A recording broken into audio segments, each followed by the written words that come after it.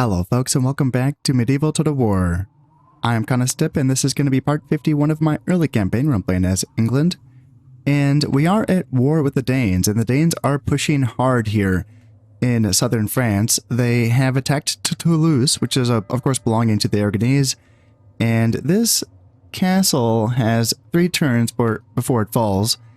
And that would be the end of the Aragonese if that were to happen. And of course, the Danes could just attack as well. They do have some artillery pieces, so they could actually assault that castle.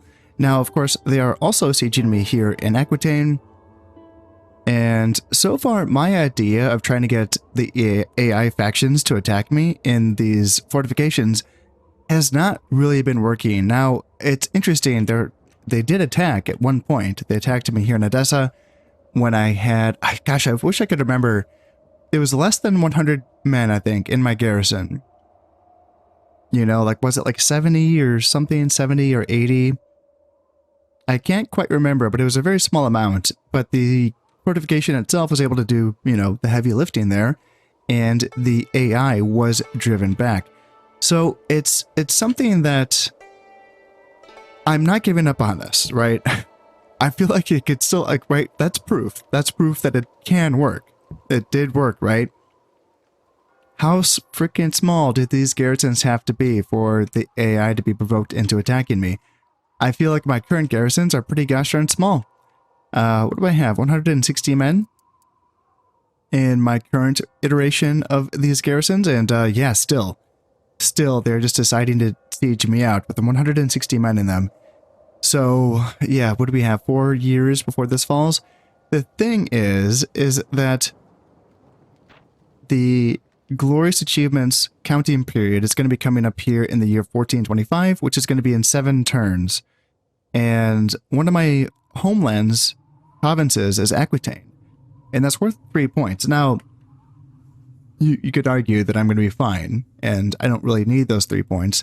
But I do like to let that be a goal to guide my actions in this campaign as those objectives. So I am going to be making a push here for Aquitaine. That's going to be difficult because the Danes have 3 stacks here, 2 stacks here, and then another 2 stacks here, plus another infinity stacks here in Iberia. So that's going to be a tall order. And I only have the 3 stacks on the mainland. One is guarding a frontier province of mine here in Anjou, and the 2 here are capable of actually, you know, pushing and fighting and going out the offensive. Now, arguably, this stack could also be used on the offensive. Now, that's a little problematic just because one of these stacks from Toulouse could just kind of push on in to Anjou, but then again, I can just fortify my fortification. So that wouldn't be the worst thing, you know. If anything, you know, that'd be dividing the Danes up a little bit. And let me remind myself, do they have allies at all? Just the Byzantines. Okay. Yeah. The thing is that because I've turned down the Italians at every single chance I could, just because of the war with my ally, the papacy, that means that if the Italians were to kind of come in and, you know, quote unquote rescue me from a siege situation, that wouldn't count as being rescued because they are not my allies. That would just count as another war against the Italians. So, yeah, not ideal. Yeah, that wouldn't be ideal. Now, I have all of these guys over here, but of course they are stuck on Ireland because I can't... Well, they're not stuck on Ireland. I can get them down to Wessex. So I have another stack here that I could bring over as soon as I get rid of this boat, but that's also problematic because can I get rid of this boat? Sure, I can, but then can I get rid of the other boats that come after it? It's a bit questionable. Let me split my fleets up just so that I get my fast boats. These are all speed of 3, correct? They are. And then these are all the speed of 2. Yes, they are. That way I can make sure that I catch this boat.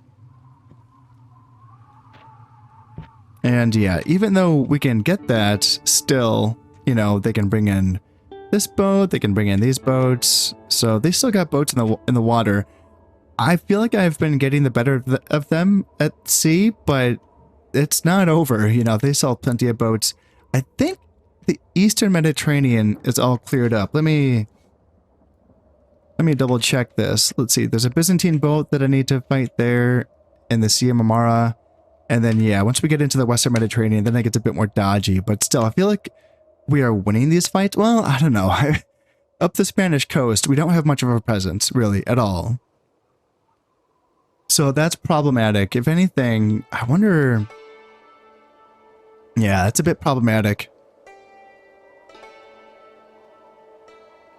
I wonder if it's time for me to start bringing boats.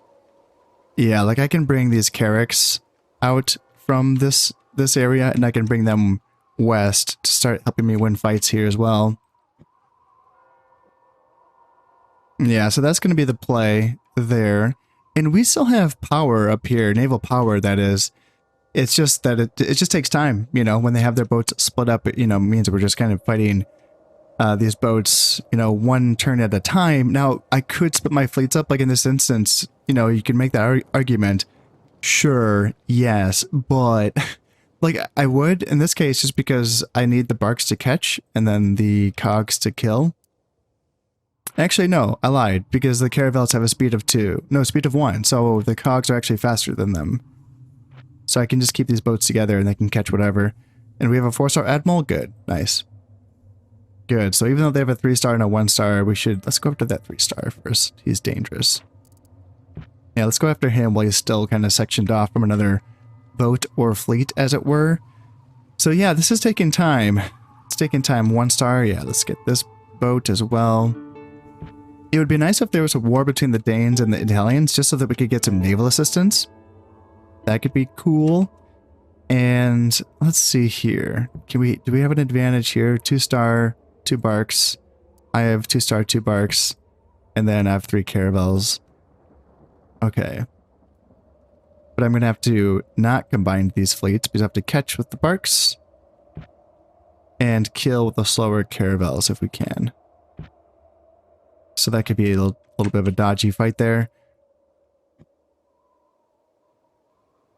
And this is the scarier fleet. That's probably the one that I can't click on it, but that's probably the one that really smacked me around up here in the North Atlantic, would be my guess.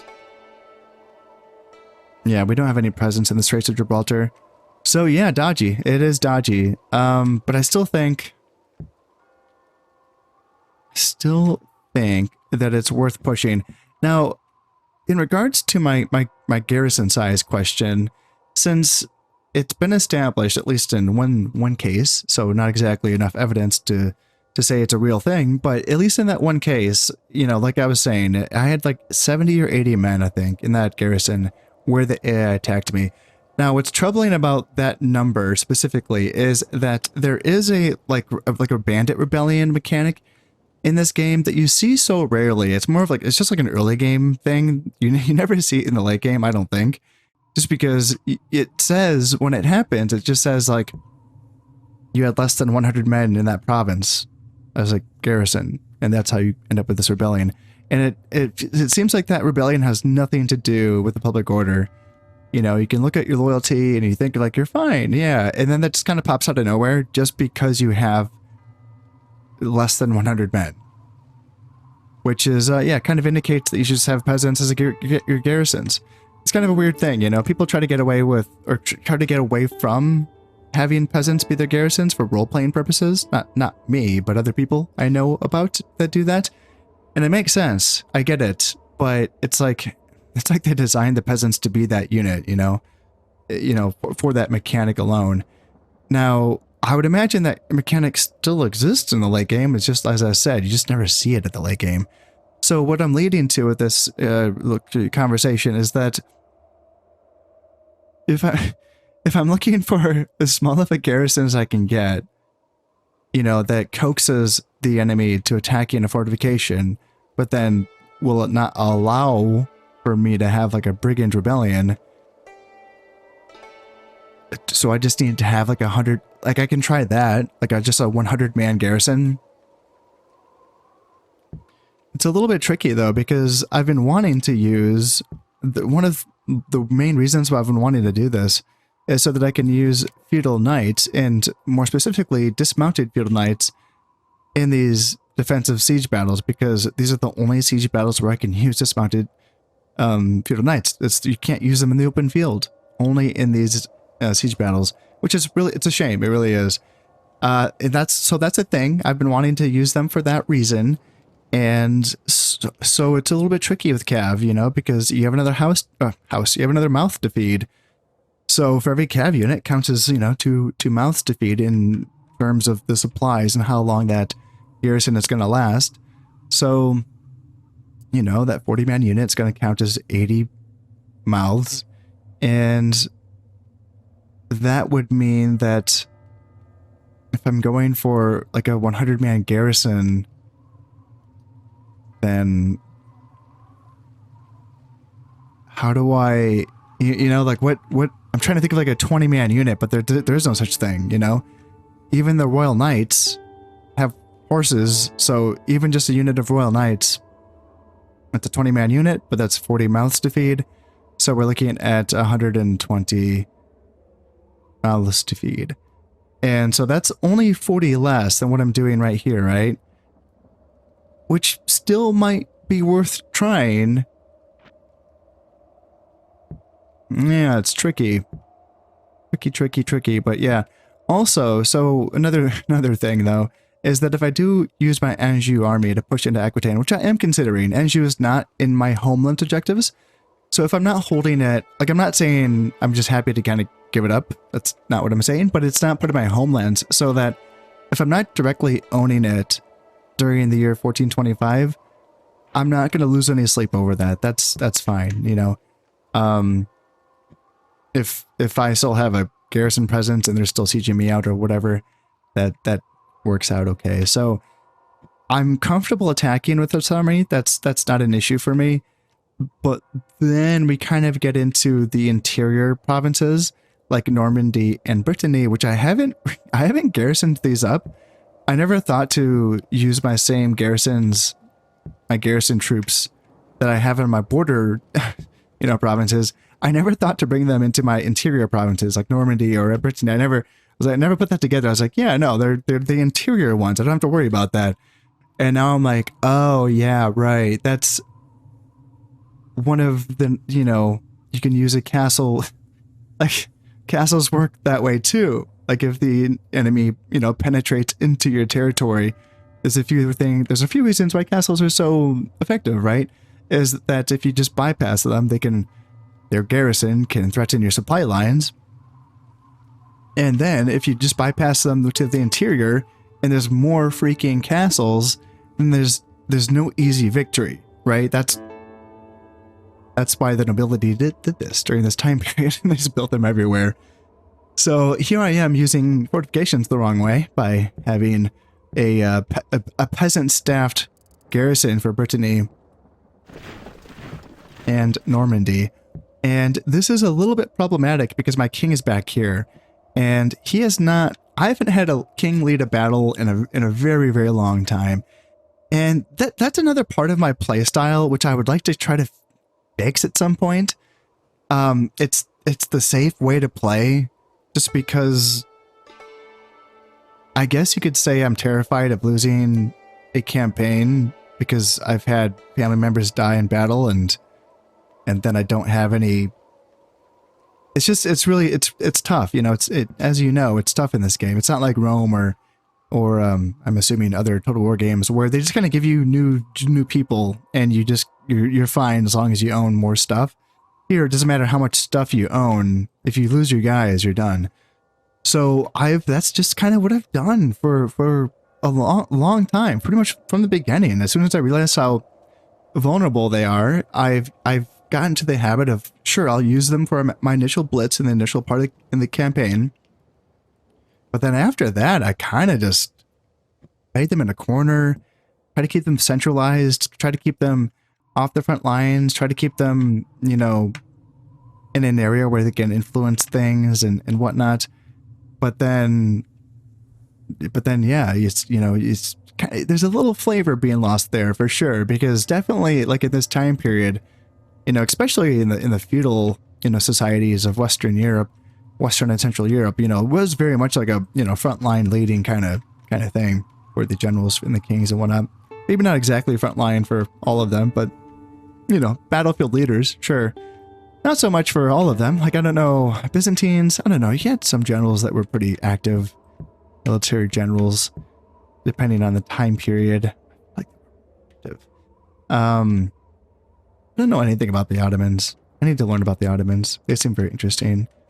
But yeah, it does kind of take away the flavor, the way that I play, that is, kind of just hiding my dudes away. But you know, you can see why.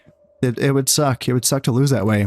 So yeah, and so what I'm trying to say though is that it gets a little bit tricky here. If I essentially abandon Anjou with this army and attack Aquitaine with my 3 armies here, and then the Danes take advantage of this, take Anjou, sure, they would still have to contend with the garrison, but then they're in the, you know, the district of, like, you know, where my king's basically backed up to. King, and then one of my heirs, Prince Stephen, is that my eldest? It is. So that's my eldest. I think that's just my brother. Let me remind myself, he's 40 and Stephen's 31. So yeah, that must be one of my brothers. So that means that Edward must be my son. So in 8 more years, so not quite, 8 more years, eh? And then Henry's here, right? No, Henry's here. So this is my second. He's 22. Is he my son? 40, 22, maybe, maybe. I'm not sure. He might be, but at least he's safe here in Wessex. So there is that. And I guess he is pretty safe because yeah, we have boats all the way around, so there can be no naval invasions here. And he's also married. So in fact, they both are. Yeah, both Prince Stephen and Henry are married. So we're good on that account. And I guess what I'm trying to say is, like, if my king, the worst thing happened to him, like, he could, of course, you know, just retreat to a fortress. Now, I don't know, does having a king retreat to a fortress cut off his influence? I have a nagging feeling that it does, but I feel like that my experience with that is only in regards to Shogun 1. I have a vague memory of having my daimyo retreat to a fortification once, and I lost, like, my entire empire to rebellion, and that would indicate that it's almost as if he died. It was so dramatic, you know, just because he was under siege, the entire empire went rebel. It's pretty crazy. So I would kind of be, you know, I would expect maybe that would happen here, but then again, I don't know. I feel like there's plenty of instances where we see AI kings being besieged, and maybe that doesn't happen necessarily. So yeah, it's hard to say. It is hard to say. But I do remember saying at the end of the last episode that it's time for me to play hardball with the Danes, because I've been going a little soft on them and letting them push me around just to kind of, you know, see what happens. And now we have seen. We have seen what happens. So I think that it's time to get active again with my agents. They are excommunicated. Let me just remind myself of that. Yeah, they are excommunicated. So that's going to make them pretty juicy targets for my inquisitors that just are everywhere. I don't think I have any assassins out and about, and since the whole naval routes are cut off, well, actually no, assassins can still. Right, they can still, like, move. Yeah, right. Because agents have different rules. Yeah, that's right. I'm just gonna spend my entire medieval career mixing that up. You don't have to keep telling me. I know there's a thing. There's a thing about agents and armies that's different. You know. I know. I'm just gonna stop asking. Anyway, so yeah, I think that maybe I could get a little active with my agents since they can move more places. I can train Valor 2 assassins up here, or Valor 3, yeah, that's right, Valor 3, and then Valor 2 spies is going to be my top spy, right? That's right. Yeah. So that's an idea. That's something that I could do, is get a little bit, you know, underhanded with my agents. And yeah, because their new king, like so he's 20. And his influence is fine. So that's okay though. We'll see. I'm really curious about this as well, just because they really do seem like they are favoring infantry in their armies, which is a neat thing to witness, because it does indicate that there is a Danish preference, like a coded preference for infantry forces. That seems to be what I'm witnessing here. You know, because other factions, I would say, typically do have more cav. Just looking at the Italians here, and I'm seeing, you know, quite a few cav units. Whereas the Danes here, we look at these guys, and, you know, we're seeing a lot of Vikings, militia sergeants, woodsmen, field men-at-arms, halberdiers. Like, it's a variety, but, you know, when we look at the cav, we see a 32-man unit of step heavy cav, and then a 7-man unit. This is the general of Royal Knights here.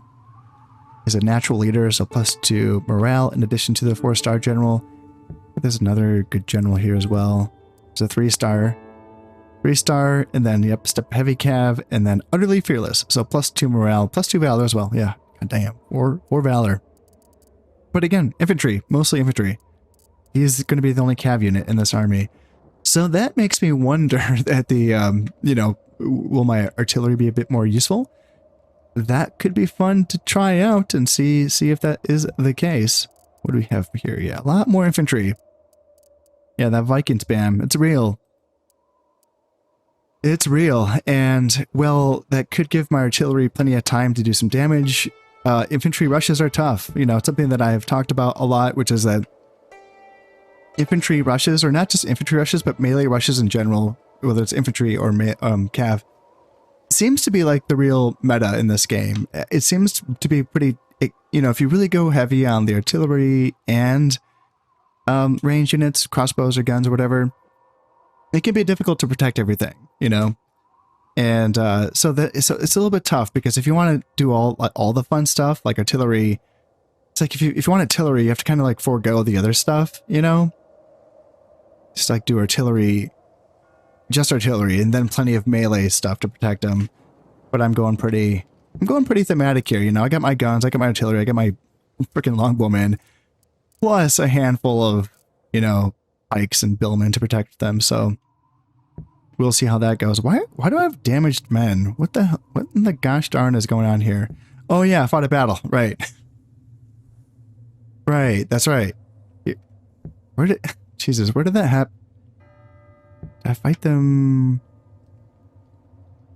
Took back Toulouse, and then, or the Aragonese, and then I defended myself here in Aquitaine, I think. Well, in any case, we'll be fighting another battle. Yes. I'm going to be leading the charge with my 6-star general here. This is Lord Bolingbroke. Yeah, 6 stars, and what are you? Gentle Knight and a Secret Blood Lover. Yeah, those two things go together. And +3 morale. Hell yeah. So yeah, he's very good. I'm going to be leaving behind. I don't want to use all my good generals in one fight. That's like kind of a waste. So I'll be leaving behind this 5-star general, and then in addition to that, I'm thinking about leaving behind you. And go back to Normandy, because I already have a garrison general here, 5-star, and then you, since I'm already thinking ahead here, thinking, okay, I need some units to garrison my interior provinces. That way I can just send you guys to Aquitaine as well. And they'll be 3v3, but again, you know, they can easily bring in more stacks from Aragon or even Toulouse if they wanted to. So we will see what they decide to do. In fact, what I could do also, I have a 2-star assassin. 17% chance, not very high, but we will see if it gets anything done here. And there is an indication, kind of going back to my experience with Shogun, I don't do this often enough in this game, but in addition to like removing, you know, that general and whatever buffs that general gives, there may be also a battlefield morale debuff for the army, as in like they're kind of in shock of their general having just died. If that assassination is timed on the very turn that the attack is happening. Now I'm not sure about that, the wording in Shogun 1 indicates that's how that works. And that's what has led some people to think that is that how that works? And then my observations do seem to indicate that. It does seem like the enemy in Shogun 1, if you're attacking on a turn that you've just assassinated that general, that the enemy seems pretty spooked and they just kind of run away. So that's not enough to go off of, but that's an idea. And that is an idea that we can check out. And I think that I have to go over, I have to find a governor for Odessa. Don't have to think too hard about this. Just a 4-star Serpentine commander. Why not? Yeah, let's do that. And then should probably retrain these. Oh yeah, because right. I can't retrain my freaking Royal Knights here because they auto-destroy my administrative buildings when they attack. Yeah, that's tricky. So that's why I'm building, I think I was building stuff here. Yeah, I can retrain Royal Knights here in Rhodes. Okay. Okay, and I do have a naval presence here, so I can't actually get across. Okay, that's what I should probably do then. I have now put all my moves in. My assassins are on their way. Well, just my one assassin's on his way to attacking this general here in Aquitaine. I have my Inquisitors targeting their targets, but it's not, I don't know, it's not going to be as devastating as it was against the Poles. I feel like, I'm trying to determine why. I feel like I have too many bishops in this area, so they've kind of been, like bishops negate Inquisitors. And I don't have a good spread of zeal spreading in Inquisitors in certain provinces. So yeah, it's not quite as devastating as it was before. Although I guess I have a lot of Inquisitors in Italian territory that could be moved in to increase that zeal. Yeah, that's something that I can do as well. Let's get these guys up there. Because yeah, I don't need them. Well, that means I don't have any eyes, so I have to switch them out. So I have bishops in Italian territory and Inquisitors in Danish territory. Because yeah, down here, for instance, like Inquisitors will do nothing in Arabia because there's 0% zeal, and they need that zeal to do their work, right? So yeah, a little bit tricky. Also, there's not a lot that my spies can do just because there are border forts in most of their provinces. However, I have identified a handful of provinces. There is the newly conquered Novgorod, and then the Novgorod themselves are on their last legs. They just have 3 turns before this garrison starves out, and in fact, the Danes could just attack as well and take out that faction. Now, could I see there is no border fort in either of these 2 provinces, so could I send some spies on in and cause potentially a re-emergence? Well, you betcha I could try. So I'm going to be going for that as well, but there's not too many other opportunities for border forts, or non-border forts, because yeah, Denmark's 1. There's no border forts here. So that's an option, which is weird. You would think, like, the Danes, this is all they built in their main province, their home province. This is all they've ever built here. It's like, oh my god, you people. You people. Okay, though, that's probably enough. That's enough dilly-dallying. It's the year 1418. We gotta get a move on here. Episode 51 of this campaign. My goodness, yeah, we gotta get cracking on here a little bit. But also at the same time, I don't want to, like, you know, we have ourselves a good thing going on right here. Like, this is a good end game challenge. You know, it's more than I've had in other campaigns. So, you know, I don't want to cheapen it. You know, and I think you get it. You get it. So it looks like the Danes didn't necessarily like super duper reinforce Aquitaine. Maybe they shuffled things around a little bit, but I don't know if they really you know, sent their full force in to reinforce. So what do we have here? Yeah, was it defendant released? Yes. And then my assassin did fail to kill that general there. And then let's see here. Okay, so we did kill this guy here in Tunisia. Huzzah. And we killed another one up here in Valencia as well. And yeah, this is like one place. I have, like Aragon, they have no border forts here, and I just happen to have a spy there, so I thought that maybe I can start working on one of those guys, maybe lowering his loyalty. And there we go. Here we are in Aquitaine. So what are the numbers? 26 versus 31. Okay, so they outnumber me by a little bit. Not too much, but a little bit. And their initial force, they are bringing in, this is like, I think all of the heavy, I think that's all the cav they have is going to be in their first wave. Other than that, yeah, look at this. It's all infantry. They have one Royal Knight. Other than that, all infantry. Yeah, okay. All right. Interesting. And then in addition to that, in their initial wave, it's going to be 4 pieces of artillery, which are all pretty weak.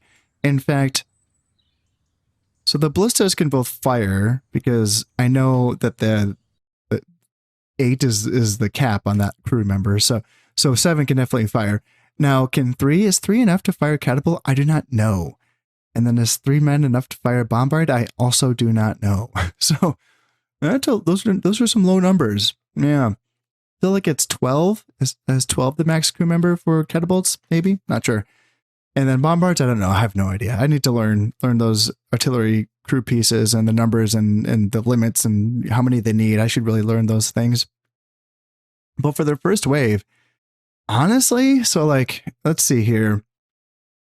So the heavy cav, the step heavy cav are hybrid units. They're archers and heavy cav, but you know, they're not going to beat my chivalric knights. I don't think. I really don't think so. No. I mean, my chivalric knights they're all gassed up. They got their gold shields. Fuck no, they're not going to beat that. And they might want to hang back and shoot their bows anyway. And if they do that, I'm pretty sure my guns might range them. What terrain do I have? Will I have any hills? Looks like I might have a hill or two. And other than that, it's just like other Royal Knight, a 20-man unit. So, meh, like nothing that crazy, right? Oh, I see a unit of 14 men, mounted sergeants right here. So, yeah, pretty crazy. And yeah, 20-man unit of Royal Knights. That's it. That's just infantry spam, which I don't want to, you know, infantry can still push me back for sure. You know, Vikings are solid. Militia sergeants, I overlooked them for years. So they are also solid-ish. Halberdiers are going to struggle, even though they are a tier 4 unit. They get so tired. They're very heavily armored. They even have armor upgrades. So they're just going to be gassed by the time they get to my lines. And they have lowish morale as well. So I don't feel too threatened by the halberdiers. What else do they have? Woodsmen, javelins, feudal sergeants, crossbows, a lot of Vikings, Pavis crossbows. Not much in the way of good range units either. They have a handful of Pavis crossbows, like a couple units of arbalesters. Oh, the 3 arbalesters are in their first wave. Got it. Yeah, their first wave is going to have 3 arbalesters and then the 2 decent spearmen, the feudal sergeants, and then the chivalric sergeants. And then, yeah, it's basically a full-strength fieldman at arms, so that's something. And then 2 javelins and the artillery pieces. So I don't feel too threatened by their primary. Also, what happens? So they shuffled around their generals a little bit. That's what happened. So they're going to be led by a 2-star general, a step heavy cav general. And I don't know anything about this man. I checked out the previous generals of the army of the guys that were here, and I saw what, you know, there's a 4-star and a 3-star, and I know I failed to kill that 4-star. So I don't know anything about this 2-star general here, but I know that 2 is less than 4 and even 3. So there is that. And yeah, I think that I can put something together here. It would be so, yeah, it would be really fun to just bring this many artillery pieces, 4 bombards and 2 serpentines.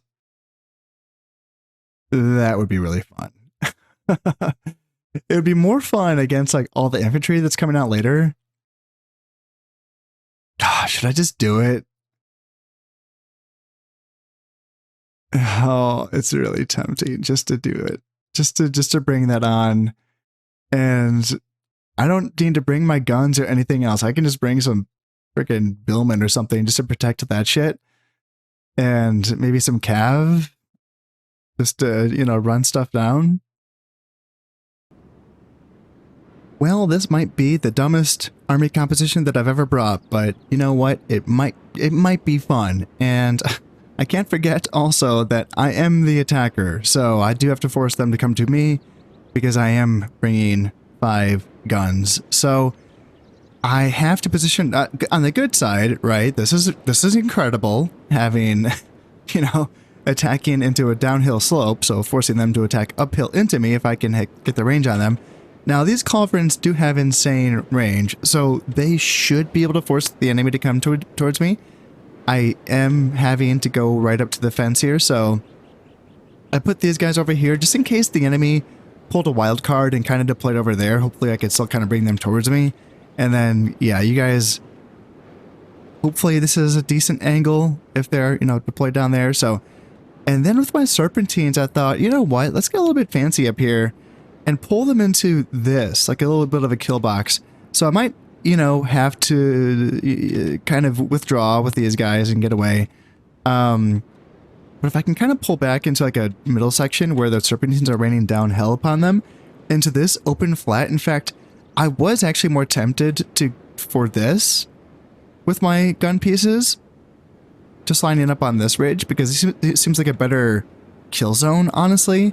I think that the artillery might have some trouble getting their targets when the targets start advancing, when the enemy starts advancing up this hill. So I liked this better, but I needed to deploy up here just to draw them towards me. So yeah, we'll see how it goes. And then I brought 4 archers because, you know, I was literally just saying that melee wins in this game and that you shouldn't bring too many range units. So this is what I do. This is how that's the, you know, that's the kind of person that I am. So 4 archers, 2 billmen, my general, which is a chivalric men-at-arms, and 3 chivalric knights. We will see. We'll see what happens here. So let's just kind of begin the battle. You guys run up, and then you start targeting immediately. You go here, and then you go here. And then, you guys can't, I can't hit shit. Not because of the rain. Rain? Shouldn't be stopping you, I didn't think. It's not stopping you guys, right? Yeah, you guys are able to still fire. Yeah, what's going on with,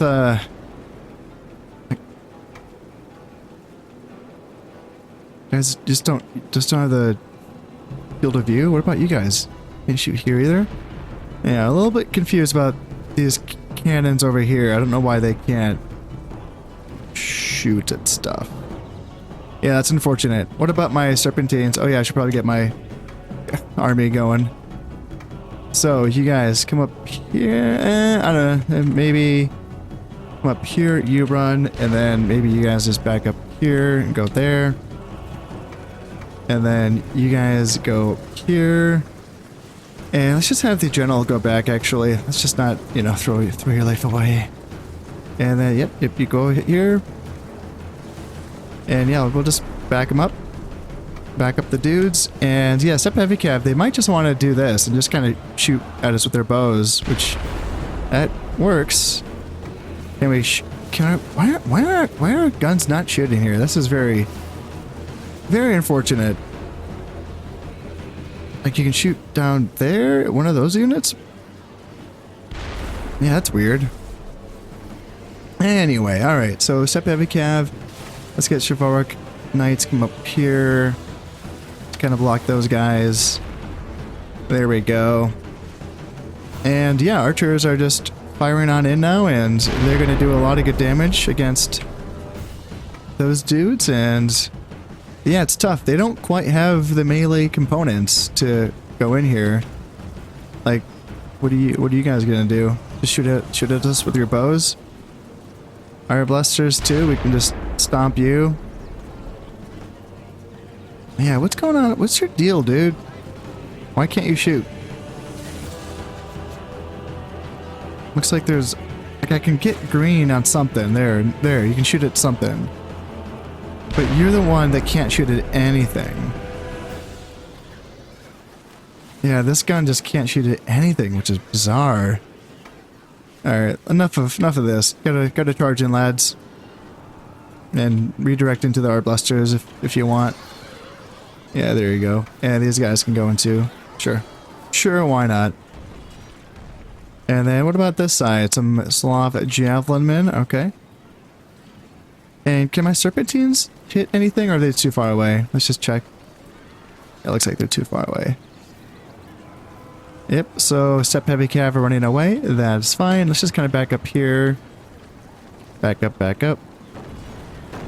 And there we go. So we're getting hit by, that's their catapult, which, so that can actually fire 3 men. Interesting. Alright, alright, alright. So, do you guys want to chase javelin men? I kind of do. Because it looks like they're just kind of retreating right now.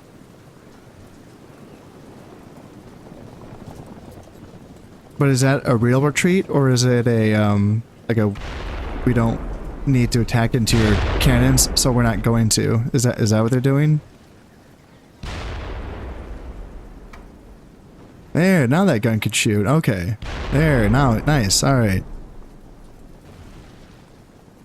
Yeah, man, those guns, they got some range for sure. So, you know, if they're not withdrawing all the way back and they're just hiding back there, they're gonna have to go way far back. But I don't know. It looks like they're withdrawing, honestly.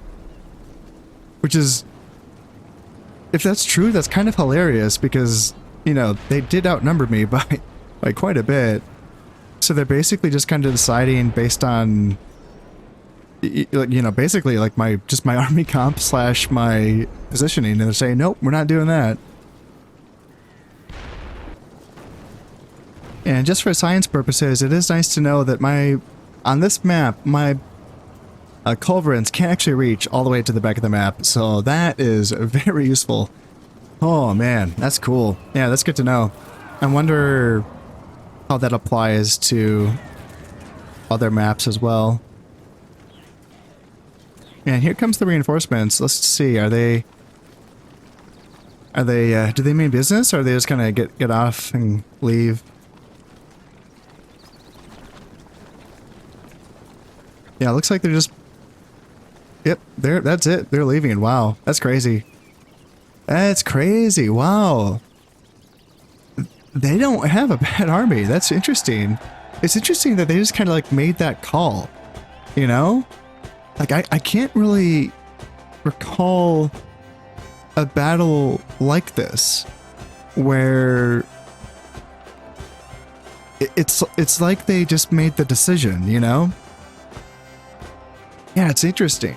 Like it's one thing, it's one thing if you just bring some super like heavy units, like a bunch of Varangians or some Cataphracts or chivalric knights, and you just, you know, the enemy takes one look at your army and they're like, nah. Which is weird because they probably had vision on your army before the battle started. Maybe, maybe not, but like, we see that happen often. But it's interesting that they did that with a 4 Culverin and 2 Serpentine army. Like, that's the thing that made them go, no? That's interesting. That's a really, like, key look into the decision-making process for the AI. Yeah, alright. Well, yeah, we did not kill that many. 116. And we lost 3 total? 2? We lost 2 guys. And that was it. So we took back Aquitaine. And now what's fun is that we can potentially just hold it with 2 stacks. We have 7 turns, 6 turns before the counting period. So we could just hang out there. And Edessa, we're just going to be withdrawing. Let's take a look at this force though. So this 7-star general, Lord Comnenus, pretty Chadley. And yeah, he does have artillery. He does. He has a mangonel. Again, I don't know if 6 men is enough to crew that mangonel because it's a huge piece. Now I have to imagine 15 is enough for the trebuchet and 18 is I think that's the max for the bombard. And then 5 is I guess enough for the catapult, considering that 3 was enough for the catapult in that last battle. So at least 3 of those 4 artillery pieces are guaranteed to be able to fire, which is interesting because they didn't have that much artillery in that last assault battle. So we actually could get an assault, possibly. It's a one-man general unit, which I think was the same as that last really good general that we killed as he attacked this fortification. And then a 5-star general who's not going to be leading the army in a unit of Pronoi Legion. Then Byzantine infantry, crossbows, arbalesters, spears, Pavese crossbows, trebizond, 2 trebizonds, another Pronoi Legion. Okay, all right. It's not bad actually. A lot of cav, pretty depleted cav down here. Horse archers, Byzantine cav, and some depleted units. Napthas, yeah, it's pretty depleted stuff, honestly. Yeah, the reserves aren't that powerful, but the starting army does have some oomph to it. So we will see if they actually will decide to attack. So let's retreat to the stronghold. And yes, so 1 for 0, 1 for 0, 1 for 0, 2 for 0, 1 for 0, and nice. That's a lot of victories there. That does feel good. So, and so the Danes will not pay for the men that I captured. Okay. One of my princesses has become a spinster. All right. Then the papacy. Oh, shit, the papacy's eliminated. Oh, wow. Okay. I feel like I don't see this very often, actually. So the papacy has been conquered, and a puppet pope sits on the papist throne under the control of his conquerors. So this would be the Italians. But much of the papal hierarchy has escaped. They have set up a papacy in exile with their own pope. The papacy will take no part in affairs of state until it reemerges as an independent faction. All previous excommunications have been declared null and void. So that includes the excommunication for the Danes, which is unfortunate timing for sure, but there we go. And that's it for the Novgorods as well. Yes, they have been finished off, but that means that we could get a potential, man, the map just turned very, very, I was going to say monocolor, but not quite, but yeah, a lot less colors on that map. All right. And that, yes, as I was saying, that just means that we could get a Novgorod reemergence at some point. Yes, so what? Seriously? I had a general get bribed? What? I think that this is the first time this has ever happened to me in this game. Like I obviously I knew it was a possibility. I've seen it happen to AI factions, but it never happened to me. Wow. Yeah, wow. I had these 2 stacks split up just because I couldn't fit them all together. If I had made them, so that's unfortunate because hopefully they didn't bribe the 5-star or 5-star general. Dang, so they bribed one of my half stacks in Antioch. Oh, that's sneaky. Yeah, wow. That's so rare for me. And bodyguards have caught and killed an enemy spy. Didn't kill the frickin' emissary. Yeah, usually I'm pretty on it with having my assassins kill enemy emissaries. But not only that, like that's not the only reason why, because, you know, there are plenty of terms where there are other factions emissaries in my provinces. Just can't get them all the time. But still, yeah, I wonder, I feel like it's probably just because I had my stacks split up, right? Which is an awkward thing in this game. It's really awkward that stacks are just kind of based on the actual men inside of each stack. So when you have these 100 men units, like the spearmen and the pikemen and the peasants, they can kind of throw off your unit count. So you have to split off stacks very awkwardly, which, yeah, kind of makes things hard to organize in this game. It's very haggard. It's very, very janky for sure. But we do have another son on the way. He'll mature in 16 years. And let's see here. So weak principles. Oh, so they just bribed. Oh, wow. That's super annoying. They just bribed the garrison dude. Oh, man. Yeah, weak principles. No shit. So minus 20% cost of bribe. So can I just bribe him? God damn it. That sneaky fucker. Yeah, okay.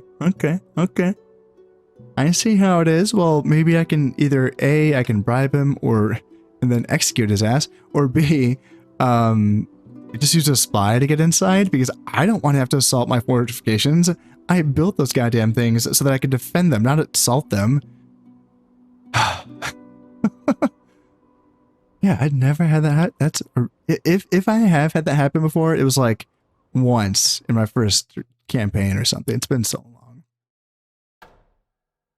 Yeah, that's great. I'm just shocked. So yeah, Lord Bolingbroke, skilled attacker. Hell yeah, dude. +1 command when attacking. Hell to the yeah. And honestly,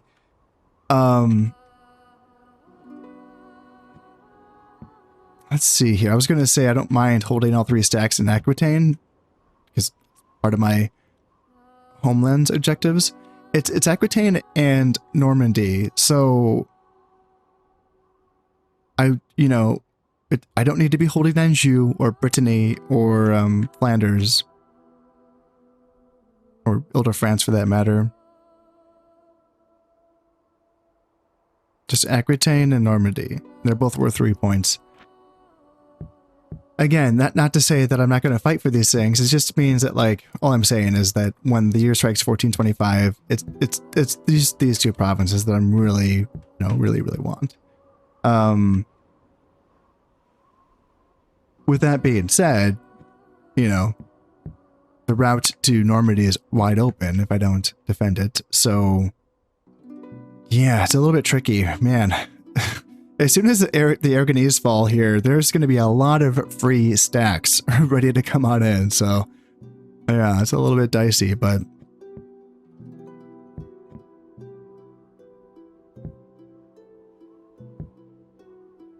yeah, I should probably bring at least 1 stack to Anjou and just leave the other 2 here in Aquitaine. And then let me check this dude out. So yeah, it's that frickin' feudal knight. Son of a bitch. Yeah, probably his 2 loyalty. Probably has something to do with that. Yeah. Yep, that's me figuring stuff out. Let's see here. So where can I train? So probably get some spies from there. Maybe I'm building a boat there. I'm building boats everywhere. Can't train from there, obviously. So yeah, let's get some spies from Tripoli. What level of spy building do I have? I have the top tier, the bounty house. Cool. So I can get some tier 2 spies.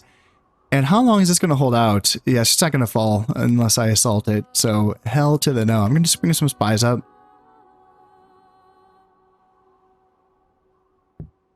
Yeah, I'll just bring some spies up and we'll go from there. How much to bribe this guy? 4,000?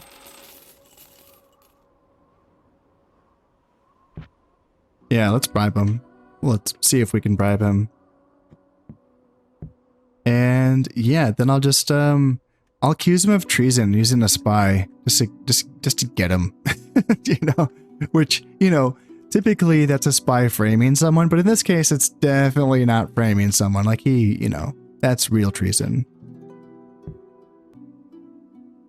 Oh, nice. And they did not actually reinforce the English Channel. So now we can actually bring this stack over as well. Oh, that is perfect. Cool. So we can have 2 stacks in Aquitaine and 2 stacks in Anjou. Perfect. That's what I wanted to see.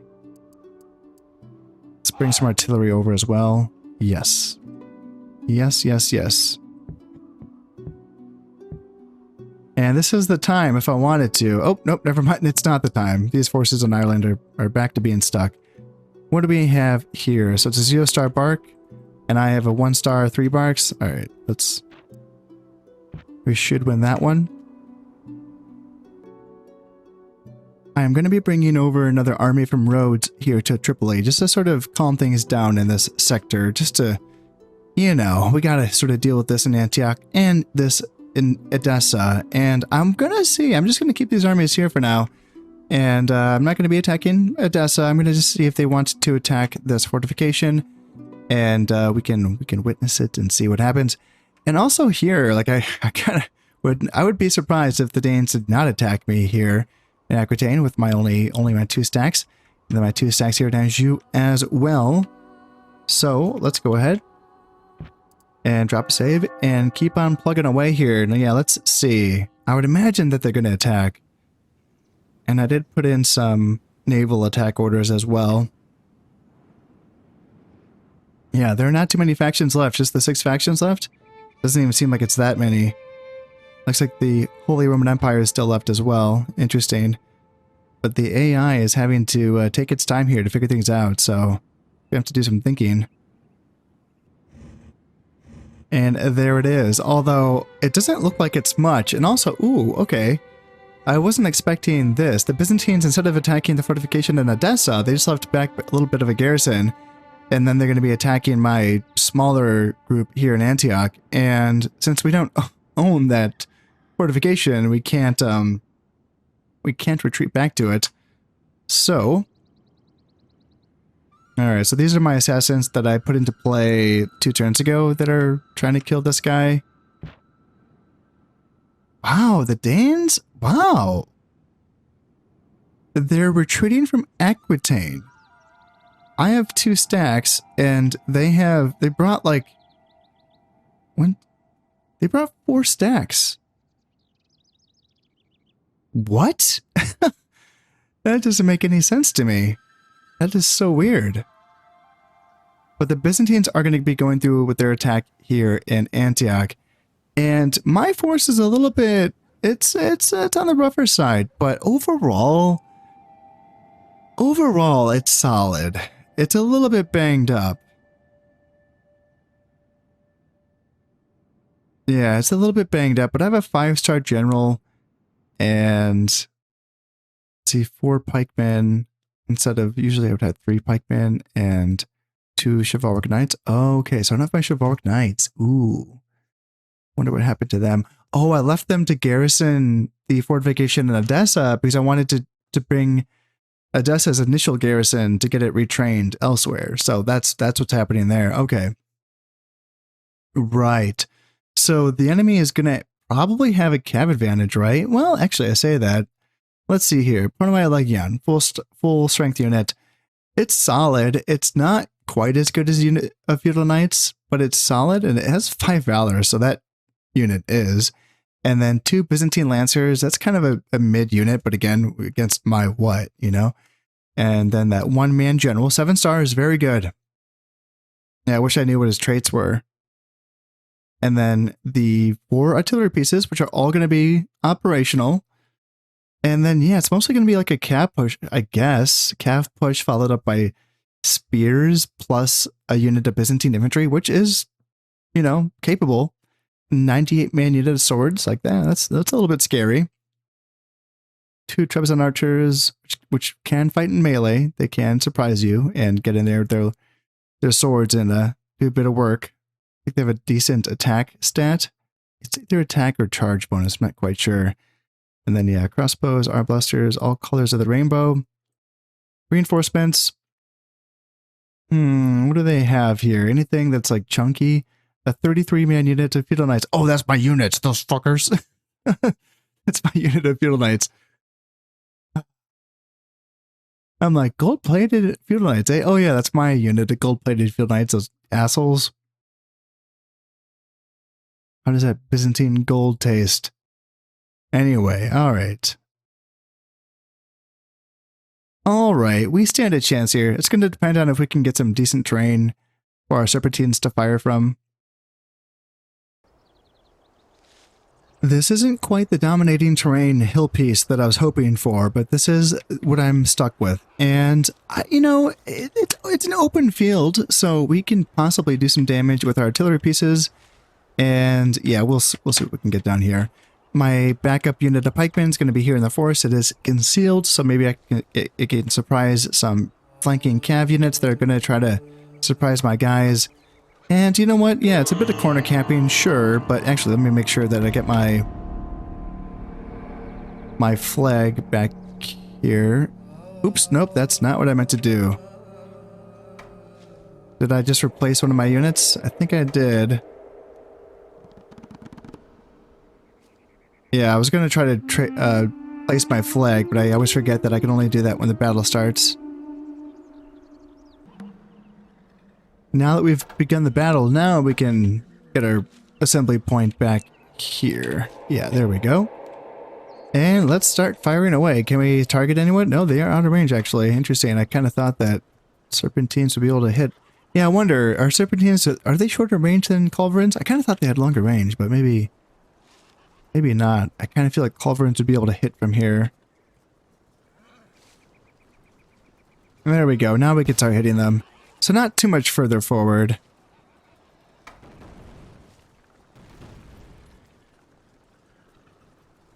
Yeah, let's start targeting those Trebizond archers, because anything that overshoots them is still going to be going... Yeah, that one's going straight on, and potentially bouncing through some units. And you can see that they have a pretty fast rate of fire as well. Yeah, that's way faster than the Culverins. Oh, that's a hit. That's a hit, right? That just bounced right through that unit and not kill any of the Byzantine Lancers? Oh, that's so annoying. Oh, man. Is that a hit? Did I kill anyone? Yeah, I feel like these Serpentines are not doing a lot of work for me right now. And I feel like the Byzantines are, you know, pretty grouped together. So you would think that they could get some good shots here.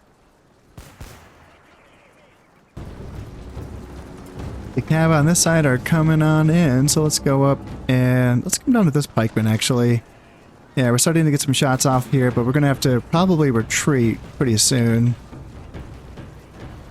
And archers are probably shooting as well. Are you guys shooting at something? And yeah, they want to attack my proto like, yeah, okay, interesting choice. Interesting choice. Let's go ahead and get my Billman charging in there. And then on this side, let's go ahead and get pikes coming up here. And then, yeah, you guys go on hold position, actually. And, ooh, sneaky Byzantine Lancers are going to get in there.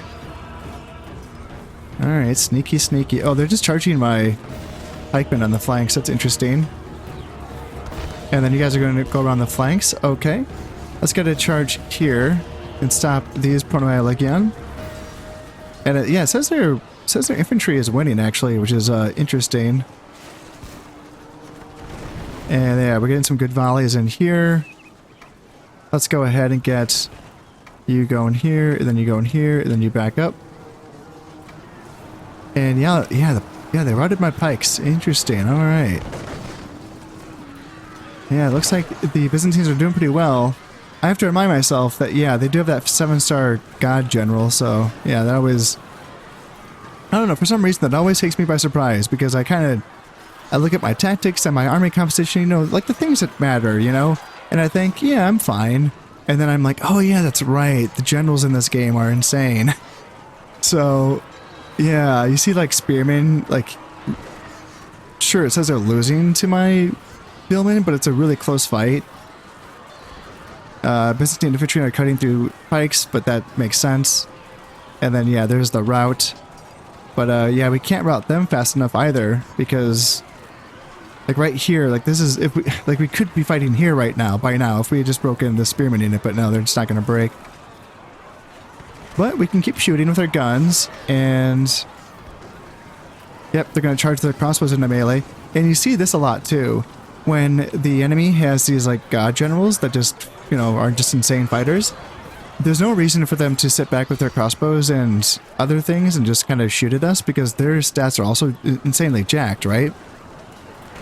So yeah, let's bring down the Billman here and try to defend our pikes from their archers, I guess, because that makes sense.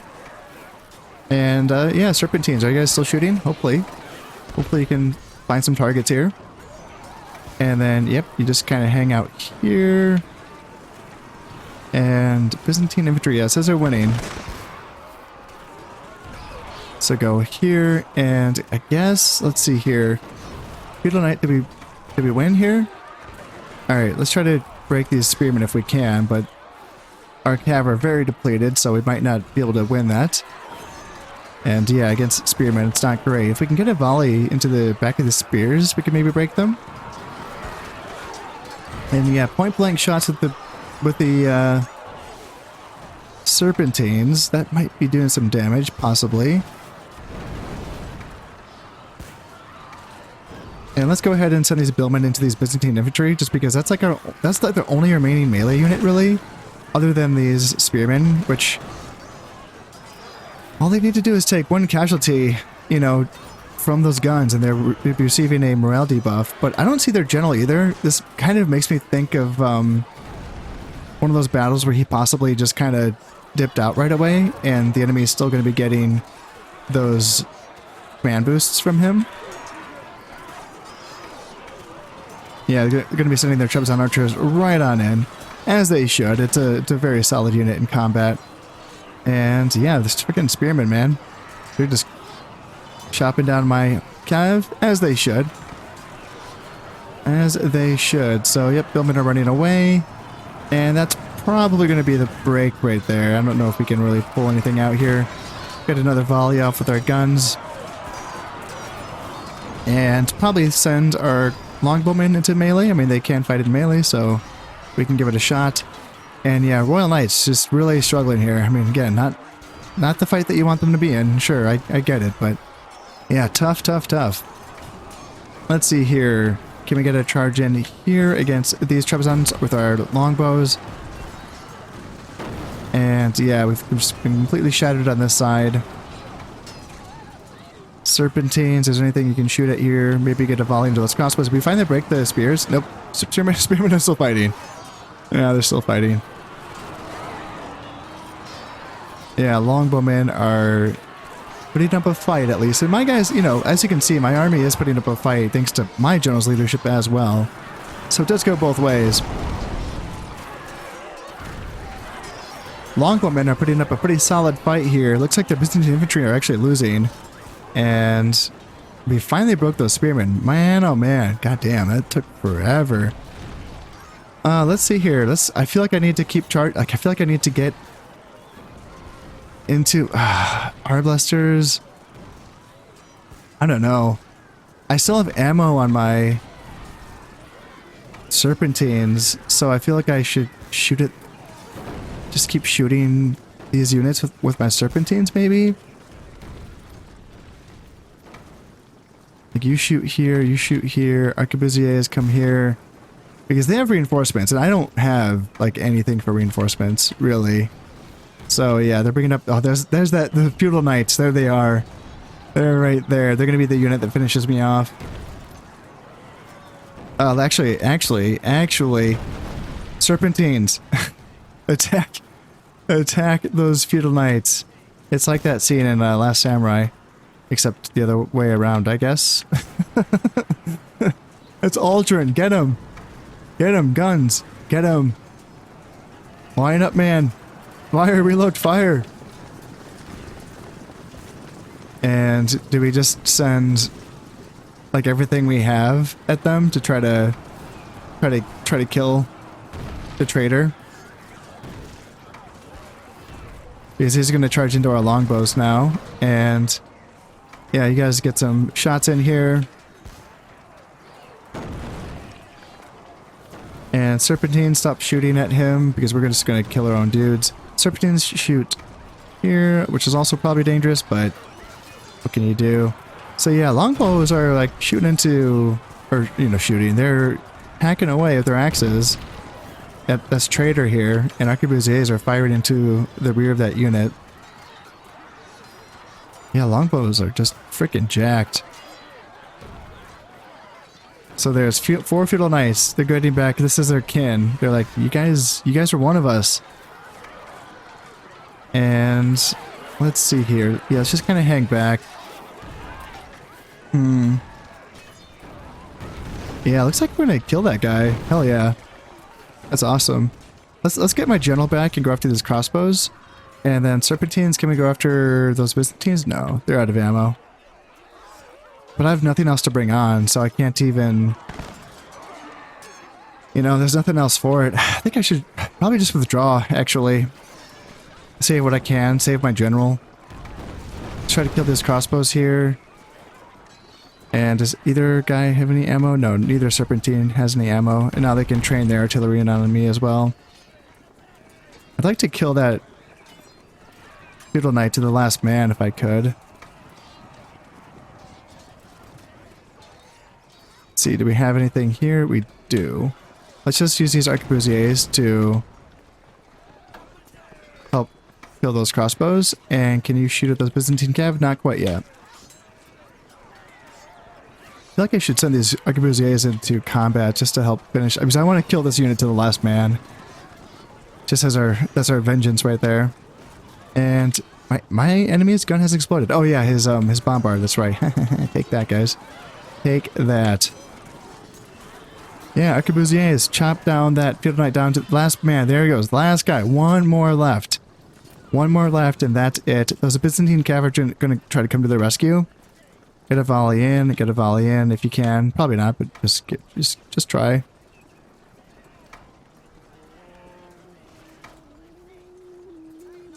And no volleys, no volleys. That's okay. Longbows charge on in through your little hatchets and start dragging these guys down. And yeah, you guys come up as well. You guys post up. Serpentine crew, just jump on in. You guys as well, just jump on in. General, come over here and help out against these Byzantine crew. And yeah, now they're bringing on crossbows and Pavis crossbows and naphtha. And yeah, it's probably time for us to withdraw. Yeah, these 10 Byzantine cav are really just chewing through my... Yeah, that's a mass rout right there. Wow, yeah, those Byzantine cav just broke my dudes. I was thinking I was just gonna, like, bring down that one more unit, just because it's, like, fast enough where that... Man, you guys are running the wrong way. Run the other way, guys. Yeah, I was thinking, like, let's just quickly cut down this unit of Byzantine cav, because they're gonna be able to chase me as I try to withdraw, you know? And yeah, sure enough, when you're fighting up against an army led by just a 7-star Giga Chad that probably has like other traits too that just give his army plus morale, would be my guess, maybe. And yeah, nothing is fast. Nothing breaks as quickly as you think it's going to break when you're fighting against that type of leadership. So yeah, tough fight. I was going to be withdrawing soon anyway, but here we are. Just withdraw, dude. Get out of here. Call it a day. And there we go. And just end it. And there you go. So I think that I should... Let's see, I can kill these guys, right? Kill the captured soldiers. So we, 554. I don't think that's including the 54 that I just killed. So 600, I guess, is how many I killed. And yeah, Valor on the Longbowman, Valor on the Arquebusier. Oh shit, Arquebusier's got a point of Valor? Wow. Don't see that very often.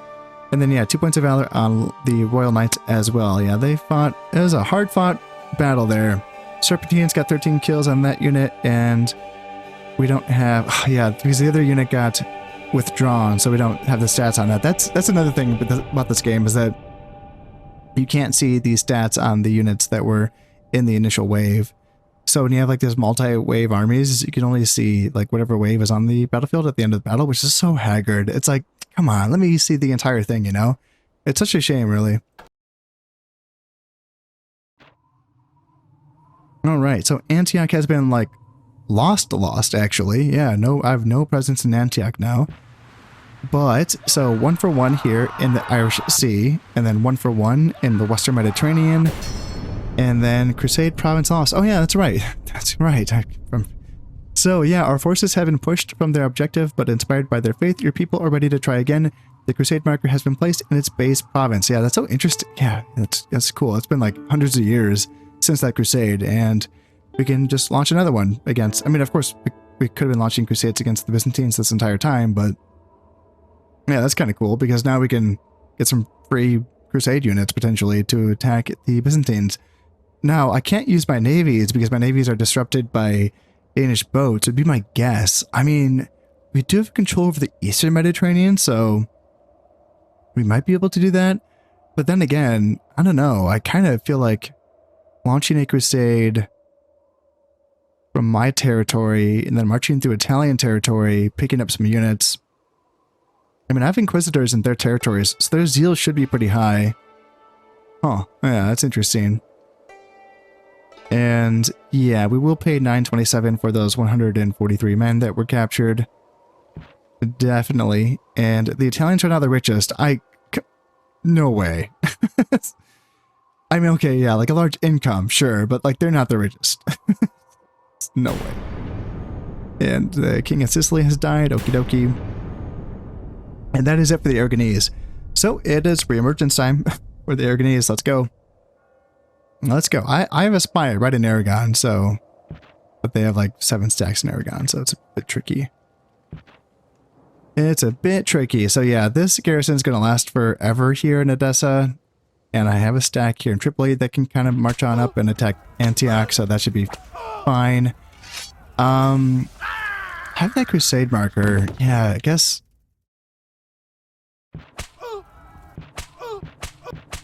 Let me think about that. Let's see, I got assassin, bodyguard, Italian assassins, okay.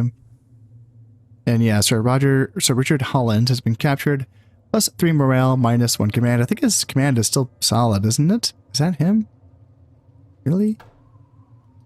Lord Beckett, good runner. That's a shame. Oh, I hate that. So he's the guy that's like the good... Like he's the general. But yeah. Minus 3 morale.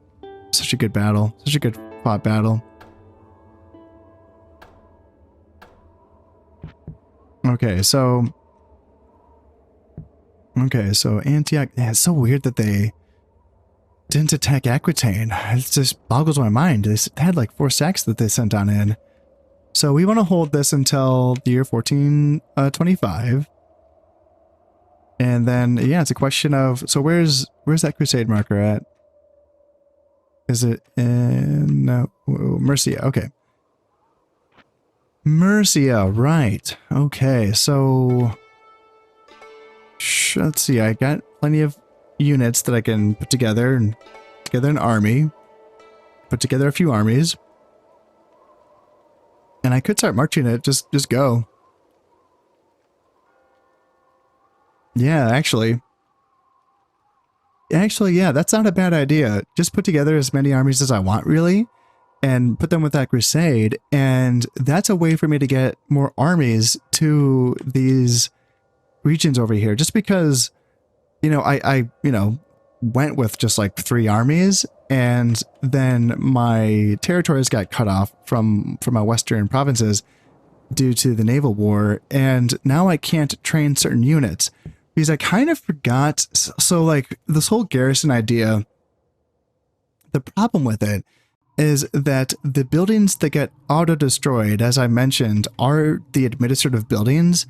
And if it is a different religion, it's also the religious buildings. But it's always going to be the administrative buildings, which are, that's the building line that allows you to train like royal knights and any of the knights. All the knight units need that royal palace building train. So when you have like an area like this that's not, it just has 0 interior regions, you know, it's all bordered by, you know, potentially, you know, enemy or other factions provinces, then there's nothing safe that you can like retreat back to retrain stuff. I guess roads should be serving that purpose. But then all it takes is for an enemy boat to be in the Eastern Mediterranean, and then I can't get there. Or, I guess Rhodes is in the Dodecanese Sea, so yeah, I always get that mixed up. But yes, it's a little bit tricky is what I'm trying to say. But this is an opportunity for me now, with that crusade, to just send my army across like overland, and it can pick up some more men on the way, you know, as it's traveling through other provinces. And then, you know, it's going to hit the Byzantines, who I am at war with, and it should mess them up. Because they don't have much, you know? They don't have much in Constantinople or, you know, Nicaea, Anatolia, and Lesser Armenia. Like, it's a pretty sparse road to Antioch once I hit Byzantine territory. And that might even open them up to an attack by the Italians. In fact, now that the Italians are not at war with the papacy, they're allied with the Byzantines. Oh, okay. Never mind. Got a little too excited there. But once their war with the Holy Roman Empire is over, they're going to attack me or the Danes? Yeah, which is it going to be? Well, watch on for the next episode to find out. Until then, I just wanted to say that if you're enjoying these videos and you would like to support the channel, then consider subscribing, liking, and sharing. It all helps immensely. So until next time, this has been Concept playing Medieval Total War. Thank you very much, and goodbye.